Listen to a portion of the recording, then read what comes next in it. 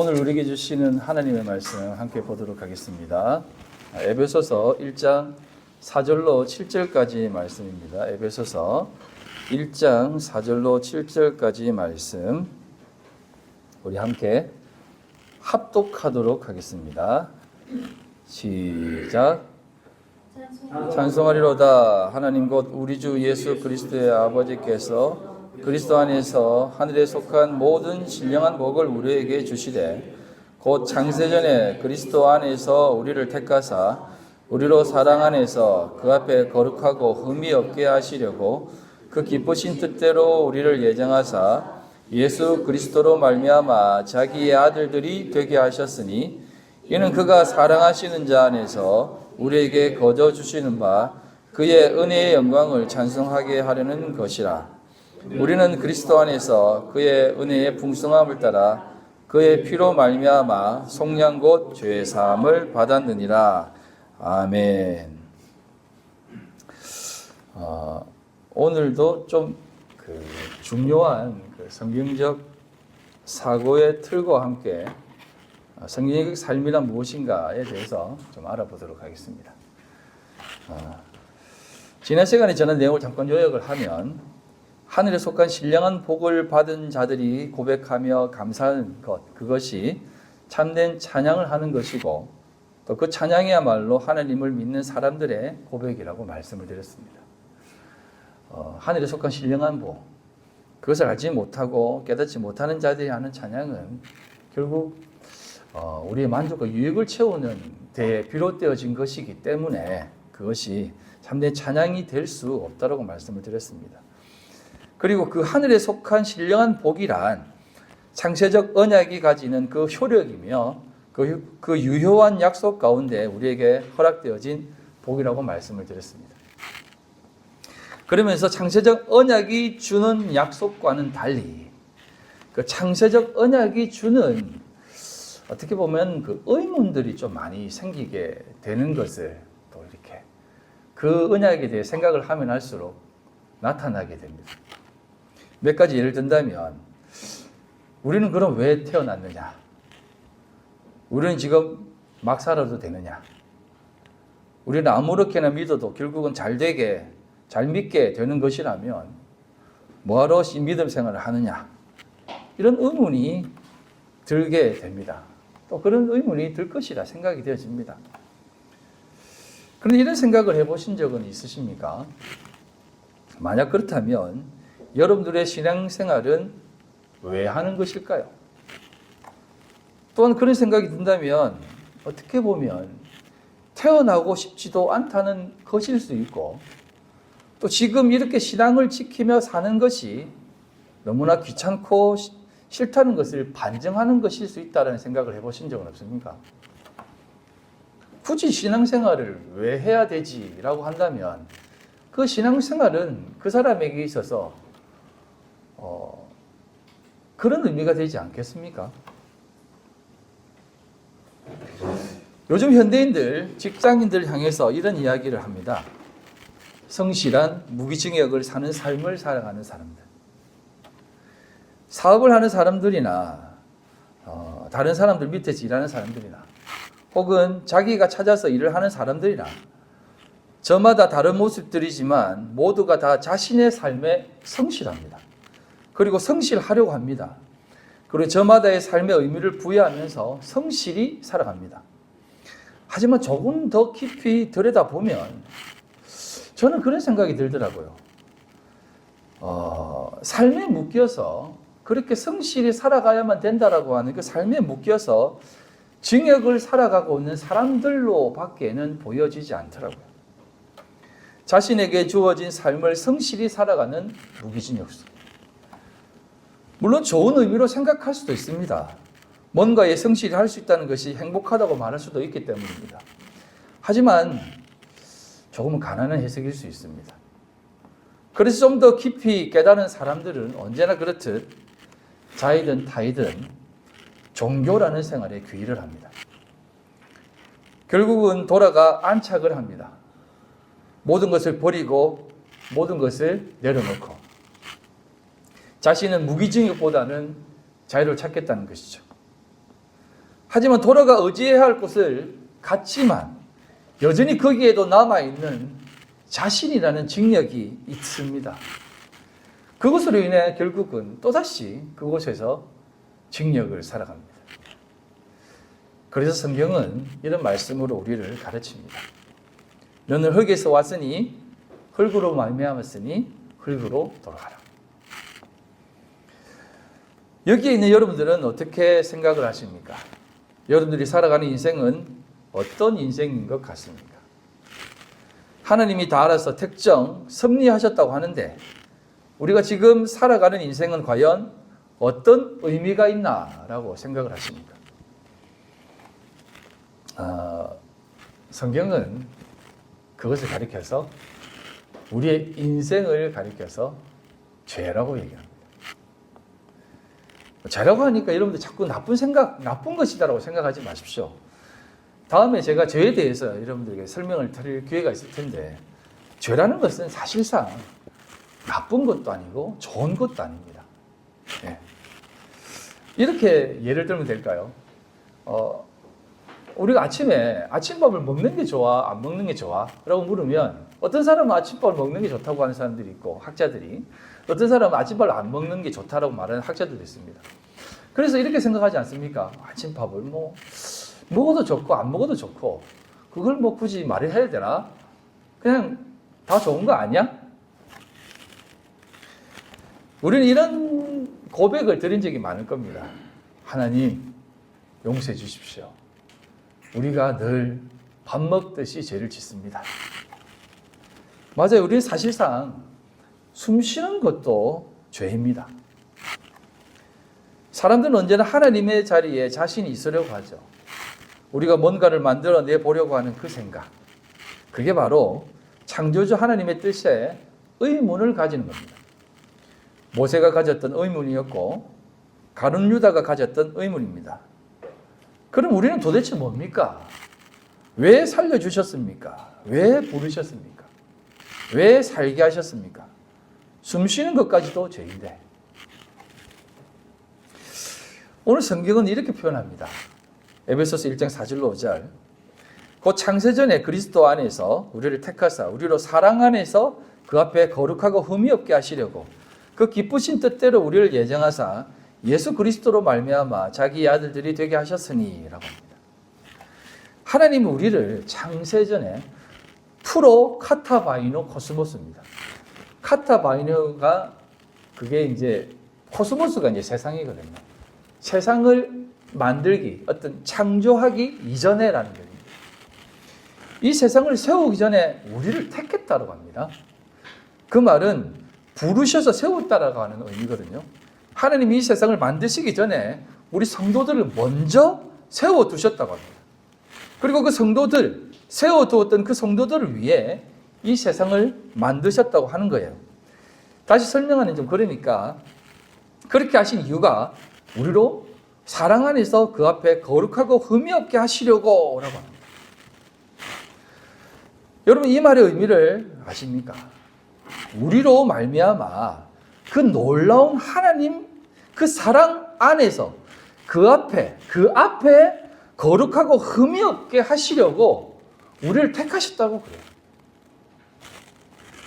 여러분 그 앞에 지금 나와 있는 그 앞에라고 하는 이 단어가 카테노피온이라고 하는 단어인데 이 말은 그 바로 앞에라는 뜻입니다. 바로 앞에.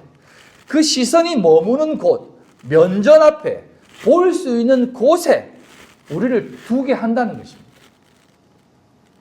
여러분들을 하나님 면전 앞에 둔다는 것입니다. 그렇게 하기 위해서 여러분들을 택했다라고 그래요. 여러분 이게 얼마나 영광스러운 자리인 줄 아십니까? 영광스러운 자리. 그럼에도 불구하고 우리는 여전히 이렇게 생각하죠. 여러분 이게 예수님이 그 베드로와 야고보와 요한을 데리고 마지막 겟세마네 동산에 기도하러 올라가실 때 본들질 거리입니다. 예수님이 볼 수 있는 거리예요. 그 자리로 불러주셨어요. 예수님이 거기에서 기도를 하십니다. 밤이 맞도록 땀방울이 빗방울이 돼도 기도하시는데 제자들은 그냥 잡니다. 그 자리가 어떤 자리인지 몰라요. 그 앞에 부름받아 있는 그 영광스러운 자리가 그 그리스도와 함께 동참받는 그 고난의 자리가 얼마나 영광스러운 자리인지 제자들은 몰라요. 우리가 그렇다니까요. 우리가 그렇다니까요. 여러분 사실 솔직히 한번 물어봅시다. 여러분 하나님 존재 앞에 서는 그 자리가 영광스럽게 여기집니까? 나 하나님 영광 앞에 그 자리에 있는 게 모든 최고의 선이고 최고의 목적이에요. 난 하나님 앞에 서 있을 거예요. 나 그 자리를 너무 기대해요. 그렇게 살아가는 사람이 있습니까? 또 예수님은 잠자는데 이렇게 불러가지고 그 자리에 불러서 피곤하게 그냥 우리 구원시켜주면 되지. 사람들은 사실상 그 자리를 원하지 않습니다. 그냥 막연히 생각하죠. 이게 얼마나 영광스러운 자리인지 몰라요. 누구나 다 그렇습니다. 하나님 앞에 서 있기를 원하기보다는 누군가가 더 좋게 보고 더 낮게 보는 자리를 원하죠. 그래서 그 자리가 뭔데? 뭐 구원받으면 다 가는 자리인 거 아닌가? 라고 하는 생각으로 그냥 그렇게 생각합니다. 그런데 저도 자꾸 그런 생각이 들게 됩니다. 한 나라가 있었습니다. 그 나라에 전염병이 돌았습니다. 원인도 모릅니다. 원인이라고 한다면 모두가 한우물에서 물을 마셨다는 것밖에는 없습니다. 그 전염병은 사람을 미치게 만드는 병이었습니다. 옳은 것을 옳게 보지 못하게 만드는 병이었습니다. 처음에는 마을 주변 사람들이 걸리기 시작하다가 이제 마을 사람 전체가 미쳐가기 시작합니다. 그리고 왕궁에 있는 신하들까지도 미치기 시작합니다. 왕궁에 있는 사람들도 그 병에 걸려 다 미쳐서 버립니다. 거짓으로 물들어갑니다. 마침내 왕과 왕비와 아들만이 그 병에 걸리지 않고 그건 아니다라고 외치고 또 외쳤습니다. 그러다 왕비까지 그 병에 걸리고 맙니다. 결국 그 나라를 다스리던 왕은 아들에게 이렇게 말합니다. 우리도 그 물 마시자. 이젠 우리가 그들의 눈에는 미친 듯 보이는 것 같아. 하고 왕과 왕자는 같이 그 음물을 마셔버립니다. 잠깐의 세상은 그렇게 미쳐가는 듯 보입니다. 참된 하늘의 왕은 우리를 향해 미치지 말라라고 하는데 세상은 여전히 미쳐가고 있습니다. 그래서 하나님은 어쩔 수 없이 진리를 퍼부을 수밖에 없습니다. 그래도 불구하고 하나님은 우리에게 그 홍수로 멸한 그 현장에 방주를 만들려고 합니다. 그리고 그 방주 안에 올라타라고 합니다.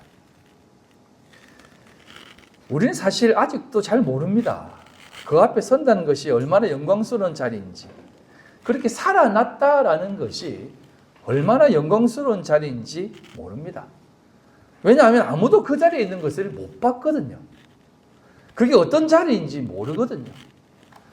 우리가 아는 자리는 높은 자리이고 또 그렇게 인정받는 자리거든요. 그러니 별로 좋게 여겨지지 않습니다. 얼마 전에 들은 이야기입니다. 여름 성경학교 시절이라서 여름 성경학교 이야기로 분본할 때 한 교회가 이런 이야기를 했다는 겁니다. 우리가 이제는 교회에서 종교성을 좀 빼자. 아니 기독교라고 하는 색채를 좀 빼자. 그래서 성경학교라는 표현도 빼고 예배라는 말도 빼고 기도회라는 말도 빼자. 그리고 성경 공부 시간도 빼자. 그래야 더 많은 사람들이 온다라는 것입니다. 부모들이 거기 교회에서 하는 캠프네? 예배 드린다고? 그럼 가지마 한다는 것입니다. 그런 것이 교회에서 이제 논의되는 상황입니다. 물론 기독교를 거부하고 공격하는 곳이라면 그럴 수 있습니다. 비밀리에 신앙생활 하는 곳이라면 그렇게 할 필요가 있습니다. 그게 아니라 기독교가 요즘 많은 질타를 받고 있는 상황이니까 그런 표현을 사용하지 말자는 것입니다. 사람들은 하나님을 믿는다는 것도 이제 부끄러워할 때가 온 것 같습니다. 구원은 받아야 하니까, 하나님이 살아있는 것 같으니까, 죽어서 천국은 가야 하니까 믿는 것 같습니다. 그러면서 이런 것을 자랑하죠. 이번 성경학교에 너희는 몇 명 왔니? 60명 왔다. 야, 우리는 100명 왔는데, 와, 너희는 100명이나 왔어? 그리고 아이들에게 물어봅니다. 어땠니? 그럼 아이들은 얘기합니다. 재미없었는데요. 사람들은 사실상 하나님을 안 믿습니다. 종교생활을 하는 것이지. 많은 사람들이 이렇게 말을 합니다. 이 나라를 이끄는 사람들 중에 기독교인은 없나? 라고 말입니다. 심지어 어느 나라는 최고 통수권자를 뽑을 때 성경에 손을 얹고 서약을 한다고 합니다. 하지만 그 나라가 과연 하나님을 얼마나 믿고 있습니까? 하나님을 너무나 열심히 믿어서 서로 전쟁하는 나라도 있지 않습니까? 우리나라도 100만이라는 사람들이 기독교인이라고 하는데 그 사람들 중에 나라를 이끌 사람들도 하긴 하겠지만 과연 이 나라는 하나님이 원하는 나라로 가고 있습니까? 다 아실 겁니다. 대부분의 정치인들이 읽어야 될 필독서가 그 마키아벨리의 군주론 아닙니까? 군주론. 저는 읽다가 말았는데 이 시대의 진정한 기독교인, 참된 하나님을 여기며 자신은 죽어 마땅한 자라는 사실을 알고 오직 예수 그리스도의 공로, 그 은혜만이 나를 살리는 길이라는 사실을 알며 오늘도 나는 죽는다라는 고백을 하는 사람들이 얼마나 있겠습니까? 그러니 그 앞에 거룩하고 흠없게 된다라는 것, 거룩하고 흠없게 선다는 것이 얼마나 고귀한 것인지 알지도 못하고 별로 알고 싶지도 않은 것입니다. 여러분들은 알고 싶습니까? 우리가 그 앞에 서라는 그 말이 그 앞에 뭐라고 나타났습니까? 사랑 안에서라고 하니까. 사랑 안에서. 그 말은 그 사랑으로 인해라는 의미입니다. 곧 범위를 나타내는 것입니다. 사랑 이상이고 사랑 이하라는 것입니다. 다 사랑을 포함하는 범위라는 것이죠. 여러분, 사랑이 무엇입니까? 그 사랑의 결정체가 바로 십자가 아닙니까? 베드로전서 1장 2절입니다.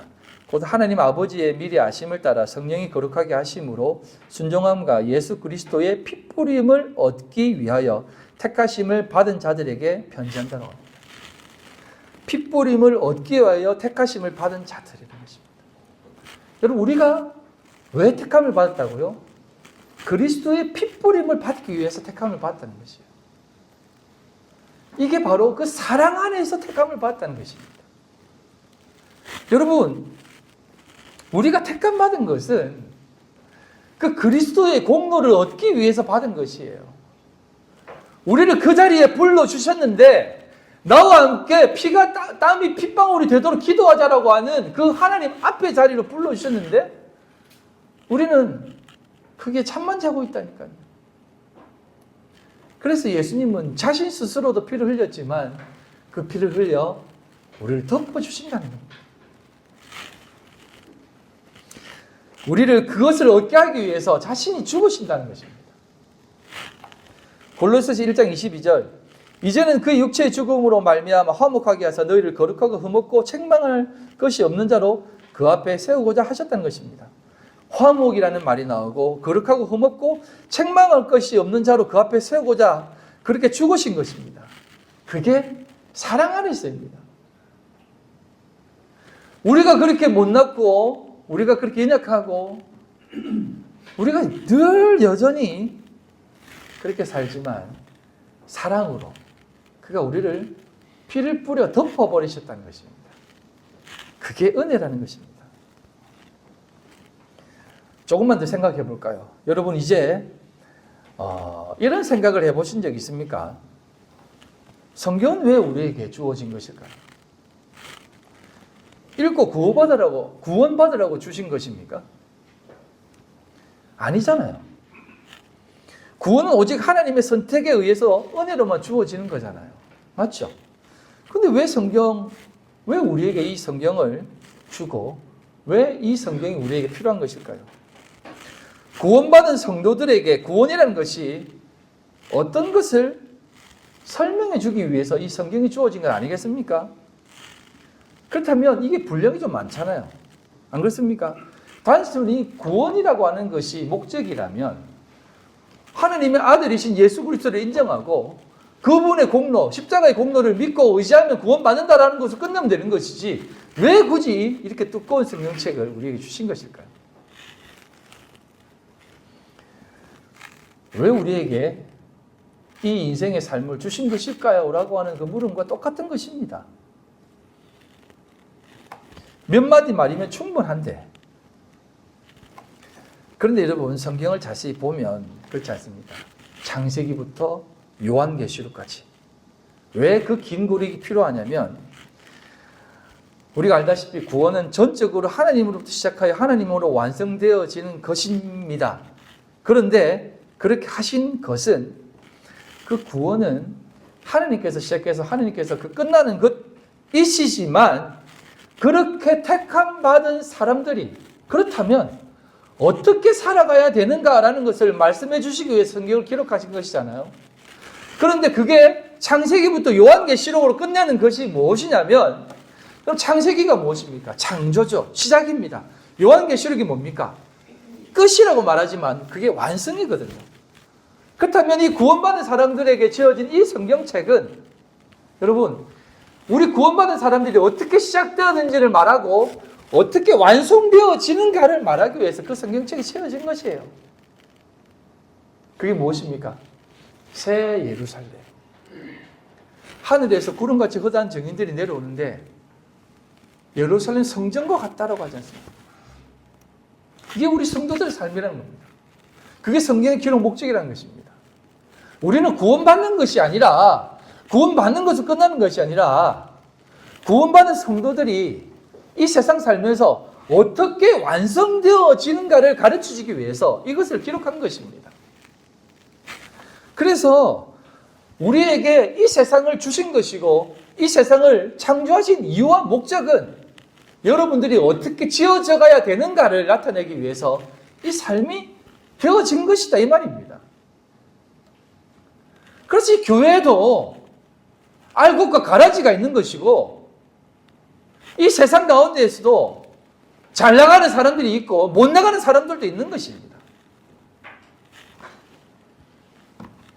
하나님의 최종 목적이 무엇입니까? 새하늘과 새 땅 아닙니까? 근데 그 새하늘과 새 땅이 뭡니까? 우리 성도들이에요. 우리가 그렇게 되어져야 된다는 것입니다. 그래서 예수 그리스도가 우리를 위해 죽으신 그 이유는 우리를 위해 구원하시기 위해서 죽으신 것이잖아요. 그렇다면 그렇게 죽으심까지도 우리를 위해 사용하시는 도구라는 것이에요. 여러분 이게 그 사랑으로 우리를 이끄신다는 겁니다. 예수님이 우리를 위해 죽으셨대 끝! 이게 아니다는 것이에요. 예수님의 죽으심도 우리를 성도로 새하늘과 새 땅으로 만들기 위해 도구로 만드셨다는 겁니다. 여러분 이 놀라움을 여러분 아셔야 돼요. 여러분 우리 그 철도원 얘기 아시잖아요. 철도원 얘기. 철도 그 갈림길에 이리 가면 철도가 끊기는 길이고 이리 가면 지나가는 길인데 이 길에 아들이 거기서 놀고 있어요. 놀다가 발이 끊겼어요. 못 빠져나오고 있습니다. 철도원이 고민을 합니다. 이렇게 레바를 들리면 아들을 살리지만 사람들은 다 죽을 거 되고 또 이렇게 당기면은 아들은 살지만 사람들은 살지만 아들은 죽는 것입니다. 결국 철도원이 어디로 레바를 당깁니까? 아들이 죽는 것으로 당깁니다. 사람들을 살리기 위해서 자신의 아들을 도구로 써버린다는 것입니다. 그런데 그 철도 안에 있는 사람들은 아무렇지도 않은 듯 희낙낙 해낙낙하고 있는 겁니다. 자기가 어떻게 살아났는지 모르는 거예요. 여러분, 하나님이 여러분들을 살리기 위해서 아들까지도 도구로 썼다니까요. 도구로. 제가 여러분들을 살리기 위해서 내 아들을 도구로 썼다라고 한다면 여러분 어떻게 생각할 겁니까? 와, 목사님 대단하시네. 그렇게 생각하지 않겠습니까? 근데 하나님이 예수 그리스도를 위해 희생하셨다, 바치셨다, 십자가에 못 박아 버리셨다라고 한다면 그래, 뭐 감사하지, 좋지. 여러분, 이 세상도 마찬가지입니다. 여러분, 이 세상이 왜 지어졌다고 생각하세요? 여러분, 이 세상 모든 게 누구를 위해 창조되었다고요? 택함 받은 여러분들을 위해 창조해가지고 펼쳐놓았다니까요.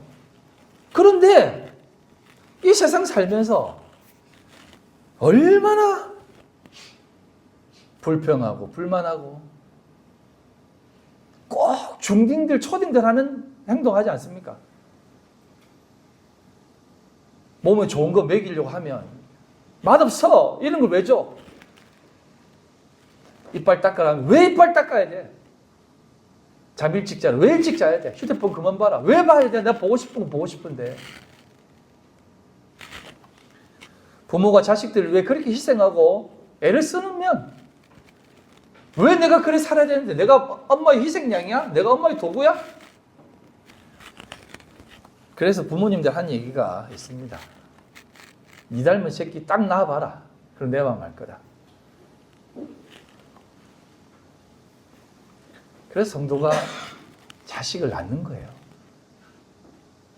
그래서 자식을 낳는 것입니다. 죄인들의 구원으로 말미암아 되어지는 하나님의 나라의 완성, 그게 최종 목적이에요. 우리가 구원받는 것으로 끝나는 것이 아닙니다.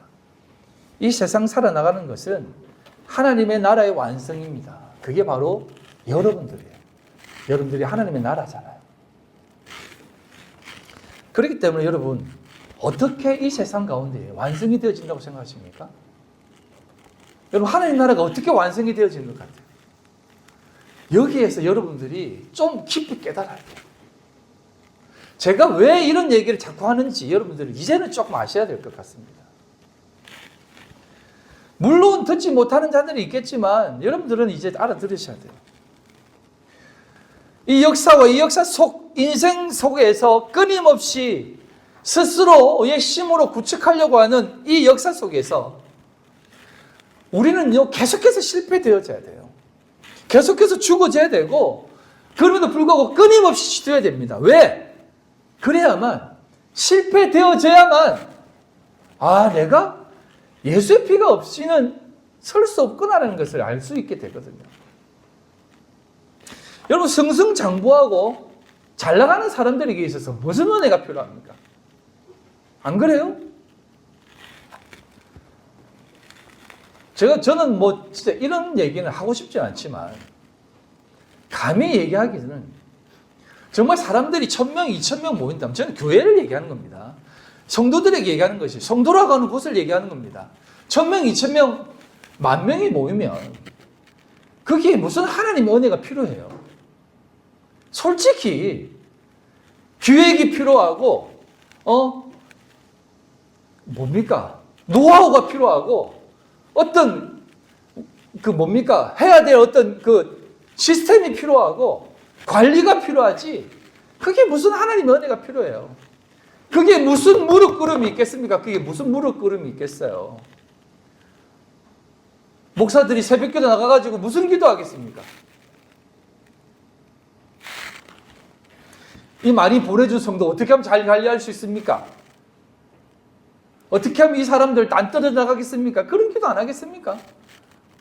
어떻게 하면 이 자리 좀 넓은 곳을 갈 수 있습니까? 하나님, 이런 거 안 하겠습니까? 거기에 무슨 자신의 못남이 나오고 자기 스스로의 무너짐이 나오고 자신의 실패가 나옵니까?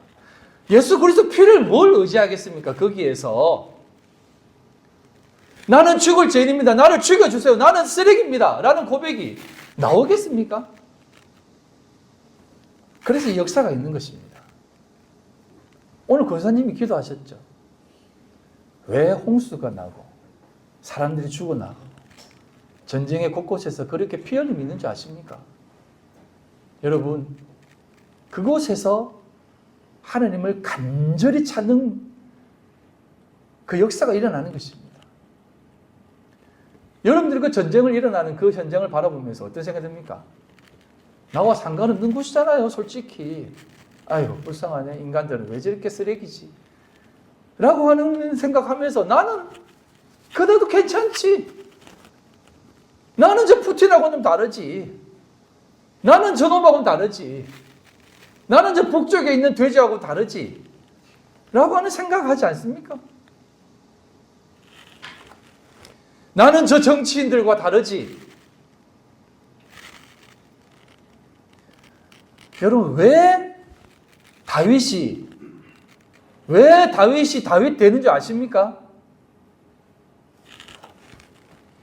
다윗이 골리앗 죽이고 사울 대신 왕이 돼서 승승장구할 때의 다윗입니까? 내 마음의 합한 자라고 하는 그 다윗의 그 하나님을 향한 그 평가가 그때 나옵니까? 아니잖아요. 모든 것을 다 이루고 나 이제 괜찮은 사람이라고 하는 그 마음, 그 교만함 속에서 성전 왕궁 궁전에서 옥상에서 걷다가 그 밧세바를 보고 자신이 무너지는 그 자리에서 심지어 자신의 충성된 부하 우리아를 교살하면서 내가 이렇게 쓰레기였구나. 나단의 그 외침 속에서 다윗은 밤마다 침상을 눈물로 적셨다고 하지 않습니까? 얼마나 울었으면 침상이 적십니까? 여러분 그렇게 울어보셨어요? 거기에 다윗 때문에 나오는 것입니다. 그래서 세상이 여러분들에게 주어진 것이에요.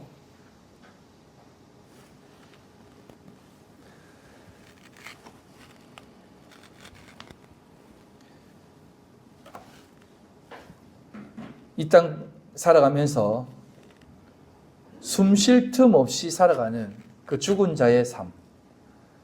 나는 여전히 죽은 삶이구나 라고 하는 그 삶 속에서 아름다운 성도의 삶이 어떤 삶인가 라고 하는 것을 분명하게 대조시켜 주면서 살아가는 것이 이 세상이 존재하는 목적이다 이 말입니다.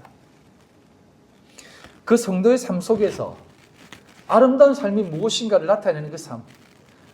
세상은 다 미쳐 돌아가지만 나는 결코 미치지 않겠다라고 하는 미치지 않겠다라고 하는 그 의연한 결의 속에서 그 의연한 결의가 무너지고 나도 무너져야만 되는구나. 미쳐가면 되는구나. 미칠 수밖에 없구나라는 것을 깨닫고 그 물을 마셔 미쳐버린 자신을 발견할 때 하는 내가 정말 똥멍청이구나라는 그 고백을 하며 그리스도가 예수가 이제 알겠니? 라고 하며 피를 뿌리며 이렇게 세워줄 때 하나님 정말 감사합니다 라고 하는 그 고백이 여러분들에게 쏟아져 나와야 된다는 것입니다. 그게 우리 성도들이 하나님 존재 앞에 설 수 있다라고 하는 그 놀라운 사실이에요. 그 변경될 수 없는 그 유효한 부르심이다 이 말입니다. 오늘 많은 인기 있는 목사들 한번 보십시오. 참 웃깁니다. 막 사투리 삑삑 써가면서 사람들을 울렸다 합니다. 울렸다 웃겼다 합니다. 그러면서 좀 던져주고 안 들립니다 여러분. 이 세상은 지금 불타고 있어요. 이제 물로서 심판 안 합니다. 이제 불로 심판합니다. 불타고 있어요. 불나고 있는데 불 났어요. 저기 불 났는데요. 좀 불났는데 한번 가보시죠. 좀 불 났는데 저기 가면 뜨거움의 현장이 있잖아요. 연기가 막 나면 사람이 목이 막혀요. 그러니까 불났으니까 가서 불난 곳을 찾아가서 불난 곳에 있는 사람들을 건져내야 됩니다. 저의 뜻에 동참할 수 있겠습니까, 여러분? 이렇게 해야 돼요. 그럼 그곳에 내 자식이 있다고 생각해 보세요. 내 사랑하는 가족이 있다고 생각해 보세요. 신발 실을 겨를이 어디 있습니까? 옷 입을 겨를이 어디 있습니까? 벌거벗고 뛰어나가 불났습니다. 불났습니다. 살려주세요라고 해야 되는 게 아닙니까? 여러분들 인생 속에 이 세상은 불난 것이 아닌 것처럼 보이죠? 여전히 살만한 곳이다라고 생각하니까 그런 거 아닙니까? 성도는 언제나 그렇게 이 땅에서 살아가야 됩니다.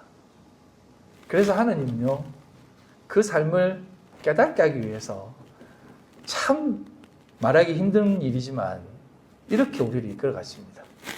고린도전서 4장 9절로 13절입니다. 내가 생각하건대 하나님이 사도인 우리를 죽이기로 작정된 자같이 끄트머리에 두셨음에 미말에 두셨다는 겁니다.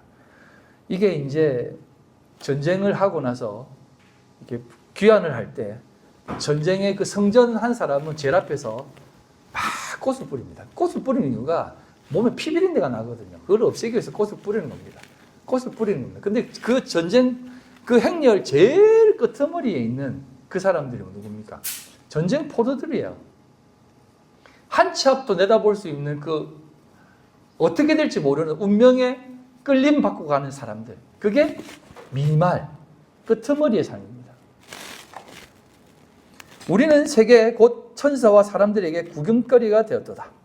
우리는 그리스도 때문에 어리석으나 너희는 그리스도 안에서 지혜롭고 우리는 약하나 너희는 강하고 너희는 존귀하나 우리는 비천하여 바로 이 시각까지 우리가 줄이고 목마르며 헐벗고 매맞으며 정처가 없고 또 수고하여 친히 손으로 일하며 모욕을 당한 즉 축복하고 박해를 받은 즉 참고 비방을 받은 즉 권면하니 우리가 지금까지 세상의 더러운 것과 만물의 찌꺼기 같이 되었도다 라고 하는 겁니다. 사도로 부름받은 우리들 아닙니까? 어떻게 산다고요? 모욕을 당한다는 겁니다. 헐벗고 매벗고 정처를 당하는, 정처 없이 삽니다. 하지만 축복한다는 것입니다. 축복한다는 것이에요. 여러분들이 박해를 받았지만 참는다는 겁니다. 비방을 받았지만 비방을 받는 게 막 우리에게 충고받는 겁니다. 욕하는 것이 충고한다는 것이에요. 욥의 세 친구의 그 충고처럼. 하지만 우리는 권면한다는 것입니다. 그래, 네 마음 안다. 우리가 지금까지 더러운 것과 만물의 찌꺼기 같이 되었다 라고 얘기하는 겁니다. 이 자리가 사실은 성도가 가야 하는 자리입니다. 그래서 쉽지 않습니다. 여러분, 그 자리 못 갑니다. 괜찮습니다. 하지만 세상은 여러분들을 그리로 이끌 겁니다. 왜? 그렇게 하기 위해서 존재되었기 때문에. 그래서 우리는 그렇게 이끌림받아 살아갑니다. 그렇게 세상 가운데에 걸어갈 수밖에 없습니다. 그래서 하나님의 나라 탄생 원리, 하나님 나라 백성의 탄생 원리가 창세기 2장 7절에 이렇게 나와 있지 않습니까? 여호와 하나님이 땅의 흙으로 사람을 지으시고 생기를 그 코에 불어 넣으시니 사람이 생명이 되었다라고 하잖아요. 우리가 어떻게 시작되었다고요? 히브리 단어로 아마다인 아파르라고 합니다. 이게 이제 번역을 하면 땅에 속한 티끌, 티끌이 없음이라는 거니까 훅 날아가는 존재거든요. 없다는 뜻입니다. 땅에 있는 없음의 존재로 우리가 만들어졌다는 것입니다. 그래서 우리가 없음으로 왔다가 없음으로 돌아간다는 것입니다. 그런데 우리는 그렇게 돌아가지만 그럼에도 불구하고 우리 성도들에게 어떻게 되어진다고요? 하나님 나라 백성은요, 그 코에 생기를 불어넣었다는 겁니다. 코에 생기, 로아흐거든요. 그래서 우리는 살아난 자라는 것입니다. 그게 예레미야 애가에 나와 있는 내용인데요. 예레미야 애가 4장 20절, 우리의 콧김 곧 여호와께서 기름 부음 받은 자라고 하죠. 여러분, 이게 무슨 말인지 잘 들어보시기 바랍니다. 우리의 콧김이라는 것이 루하잖아요. 생명을 만드는 존재잖아요. 그게 기름 부음 받은 자라고 합니다. 여러분, 기름 부음 받은 자가 히브리어로 메사야, 메시아, 헬라어로 그리스도라는 겁니다. 그러니까 이 콧김이라는 것이 그리스도라는 것입니다. 그러니까 성령, 콧김, 흑인 우리가 살아난 성령이 되는 것은 그리스도가 우리 안에 훅 들어온다는 것입니다. 그래서 우리가 살아나는 것입니다, 여러분. 그래서 산자가 되어 하나님 나라 백성이 된다는 것이에요. 그래서 여러분들은요, 하나님 나라의 백성입니다. 그래서 여러분들은 결코 실패되지 않습니다. 여러분들은요, 가장 고귀하고 존귀한 자입니다. 일전에 봤던 드라마에 나와 있는 유진입니다. 유진. 예. 미스터 션샤인입니까? 그 이병헌의 이름이 유진이잖아요. 그 뜻이 영어로는 고귀한 자야 라는 겁니다. 존귀한 자야 라는 뜻입니다. 그래서 여러분, 이 독사, 아바드라고 하는 카바드라고 하는 이 단어가 영광이라고 우리가 해석을 하는데, 여러분, 이 단어를 사실은 영광이라고 표현하면 안 돼요. 왜냐하면 우리가 생각하는 영광은 올림픽 영광 이런 걸 생각하거든요. 그게 우리 속에 습득되어 있어요. 그래서 성경에서 말하는 영광은 사실은 글로리가 아닙니다. 아너입니다. 아너가 뭐냐면 이제 한글로는 글로리 앤 아너라고 하거든요. 그래서 영광과 존귀라고 하는데 사실은 다 아너예요. 글로리는 없어요. 아너가 존귀란 게 뭡니까? 그 영광된 자리, 그 부름받은 자리라는 것이에요.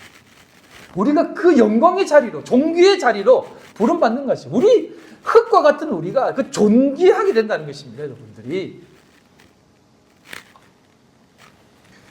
그래서 여러분, 우리가 이 역사 속에서는요, 흙으로 나타내어져야만 돼요. 제가 전도를 하려고 하는 사람이 있는데, 저는 이미 전도했다고 생각하는 사람입니다. 카리스 형제인데요. 그 친구가 저에게, 목사님, 드라마 좋아하냐? 뭐, 드라마 뭐 가끔 보죠. 왜 그러니까? 나의 아저씨라는 드라마를 보라더라고요. 그래서. 그거요? 드라마를 꼭 봐야 돼요? 나 드라마 진짜 긴 거 보기는데, 드라마가 참 잘 만들었네. 라는 생각이 들어요. 예, 거기에서 극 중에 박동문이라고 나와 있는 그 사람이 아저씨 역할을 하거든요. 그 아저씨가 이런 얘기를 하더라고요. 나는 낡은 건물 같다. 그래도 재건축이라도 하는 건물이 있는데 나는 재건축도 불가능한 낡은 건물 같다. 그렇게 세월이 흐르고 그러다가 그냥 다 무너지는 낡은 건물 같다. 라고 얘기하더라고요. 그 말을 듣는 순간 성도의 삶이 이런 삶이구나라는 생각이 들더라고요. 사람들은 항상 꿈꿉니다. 지금도 웃돈 주고 사는 곳이 어디입니까? 재건축이 확정된 곳 아닙니까? 다시 이 땅에서 새로운 삶을 꿈꾸고 새로운 건물을 올리고자 살아갑니다. 이 땅에서 낡아 부스러져 무너지려고 하지 않습니다. 여러분, 우리는 흙입니다. 흙에서 왔으니 흙으로 돌아가야 됩니다. 하지만 우리는 그 흙이 사라지고 그리스도와 함께 오롯이 존귀한 자가 된다는 것입니다. 그래서 제가 자꾸 드라마 얘기를 해서 죄송한데, 그 유진이라는 사람이 그 극 중에 그분은 이병헌인데요. 그 이병헌이 극 중에서 마지막에 죽어갈 때 한 여인의 발걸음을 위해서 자신이 대신 죽습니다. 당신은 앞으로 나가시오. 나는 이곳에 머물고 당신이 가는 길을 지켜보겠어. 앞으로 나가시오. 하면서 거기서 장렬히 죽습니다. 여러분, 그 자리가, 그렇게 장렬히 죽는 자리가 존귀한 자리입니다. 맞습니다. 우리는 그렇게 낡아지고 사람들이 살기 싫어하는, 어떻게 보면 다 낡아 빠진 재건축도 불가능한 그 건물 같은 자리에 있는 듯 보입니다. 그렇게 하다 사라지는 것처럼 보여집니다. 그런데 그게 맞습니다. 육신의 장막을 벗는다라는 성경 이야기 하시지 않습니까? 고린도후서 5장 1절로 12절. 만일 땅에 있는 우리의 장막집이 무너지면 하늘에 지어진 집 곧 손으로 지은 것이 아니요 하늘에 있는 영원한 집이 우리에게 있는 줄 아느니라. 참으로 우리가 여기서 탄식하며 하늘로부터 오는 우리 처소로 덧입기를 간절히 사모하노라. 사도 바울은 그렇게 사모하는 것입니다. 우리가 여기서 탄식하는 것은 우리 육신의 장막이 자꾸 벗어집니다. 그래서 탄식합니다. 탄식하지만 우리를 덧입혀줄 그 하늘의 처소, 그것을 사모하며 간절히 사모하며 나아갑니다. 라는 것입니다. 그래서 우리는 후에 이렇게 얘기합니다. 우리가 잘 아는 말씀 고린도서 5장 17절 그런즉 누구든지 그리스도 안에 있으면 새로운 피조물이라. 이전 것은 지나갔으니 보라 새 것이 되었도다. 여러분들은 이제 참된 삶을 보고 살아가는 사람입니다. 아멘. 우리는 이것을 배우기 위해 이 땅에 사는 것입니다. 이거 배우고 가십시오. 이게 신앙생활입니다. 기도하겠습니다. 하나님 아버지 감사합니다.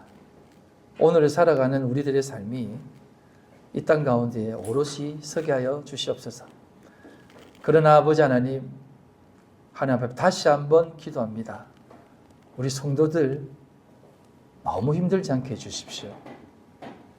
때로는 욥의 고난이 욥을 욥되게 했다라고 고백하지만 우리 그 고난 사실상 두렵습니다.